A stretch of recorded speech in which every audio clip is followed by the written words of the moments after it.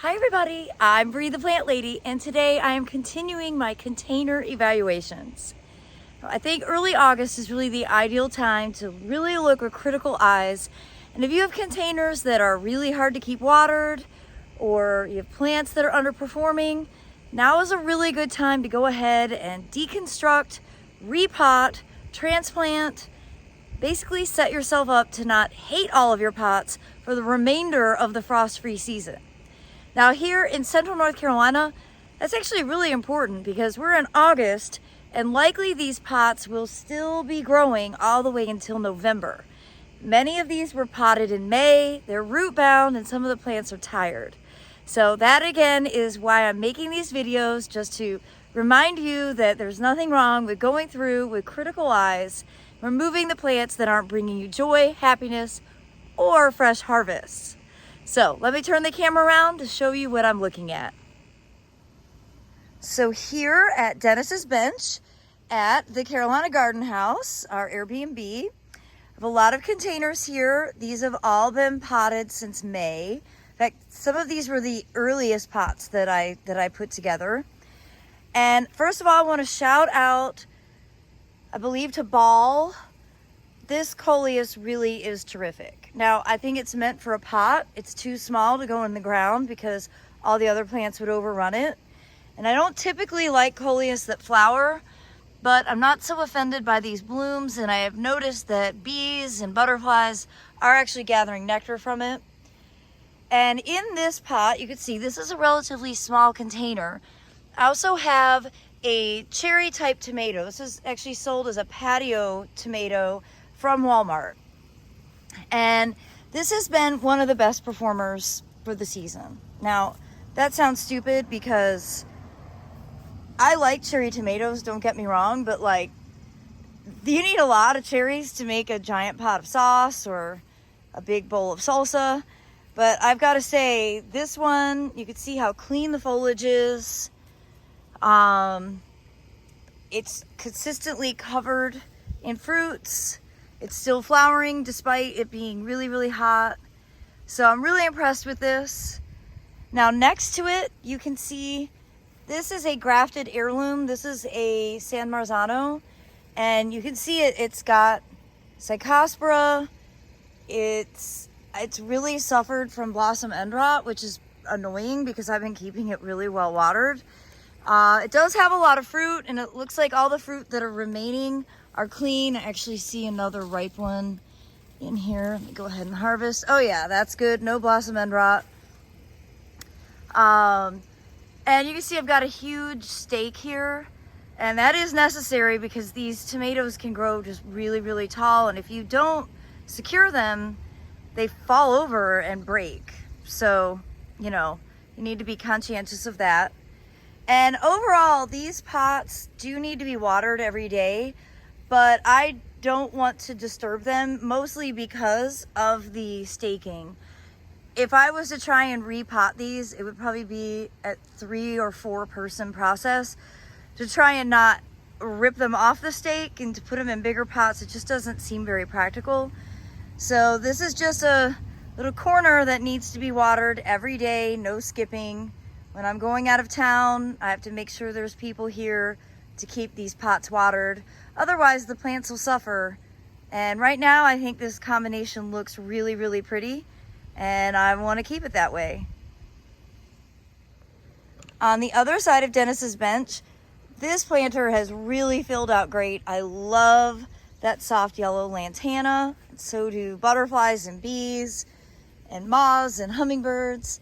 You can see the Treasure Island sweet potatoes are doing great. The turmeric that I bought back in February at the Georgia Organic Show from Southern Exposure Seed Exchange is growing really nicely. And this cream sausage tomato, my favorite tomato of all time, is doing quite well. You can see there's lots of fruit, not quite ripe. And you know, this pot gets watered every day because those ones are so much smaller. But it's really nice. These 2 pots are quite large. I actually bought these at Aldi a couple years ago. And I'd say they're at least 10, they might be 15-gallon pots, which certainly gives you a lot of soil for roots to be able to grow through, and none of these plants have suffered even when a day has been skipped in watering. All right, as we make our way to the containers here out front at the Carolina Garden House, overall, I'm really happy.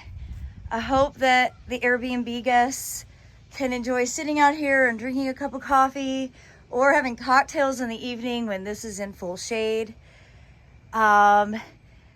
Well, these tomatoes are pretty doggone impressive. I'm not gonna lie. Makes me smile. And of course, all the plants in this one were trial. That fuchsia, it actually is still alive, just barely, but it's not totally dead. But this portulaca is awesome.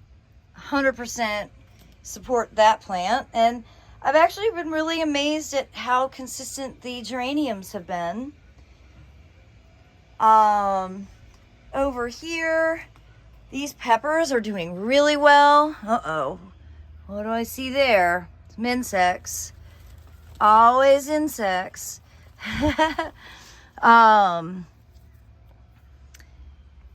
Look at how big these tomatoes are. No blossom end rot, which is very, very good news. And to be honest, I'm not sure. I have to find the labels for what everything is that's in this pot. And this tomato has been rocking. It's just really amazing how many fruit it produces. Now here, this begonia is great. This is one I got at Johnson Nursery. It's from Proven Winners, and it's looked really good. It's tall and upright and sturdy and reliable and heat tolerant. Behind that is Popstar Hydrangea Paniculata from First Editions. You can see it's getting ready to start to bloom again, which I'm very happy about. Now in this pot, the Amazel Basil is great.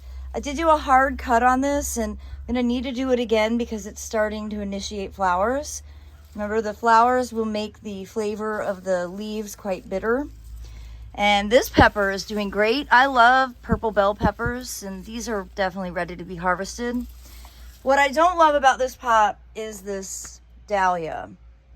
And this is what I got from Johnson Nursery. I think it was a Proven Winners. I have to find the labels, so I don't know what they all are. But you see how it's just sort of splayed open, and it's not blooming all that well. And I like dahlias a lot, but I don't like these dwarfy things that, I mean, if that was planted in the ground, it would be lost. So it has to be in a pot. If it's going to be in a pot, it should be a better performer. So I'm not going to buy that one again for sure. Now, of course, I love the Treasure Island sweet potatoes. I love how they just kind of like hide the fact that these are plastic pots. They just kind of soften the edge. And in this pot, you can see again that Hydrangea Popstar is starting to bloom again. And I am in love deeply with this coleus. And this is one from Proven Winners, and I love it. Like, there is just, I wish I had 800 of these.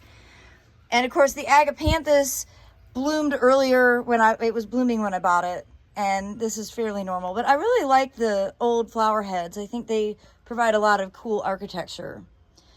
In this pot, you could see, again, the Amazel Basil. I need to do some pruning just to cut out those flowers. And I am in love with this. And I need to get it's a Mandevilla, but again, I need to get the name. It's a Proven Winners type.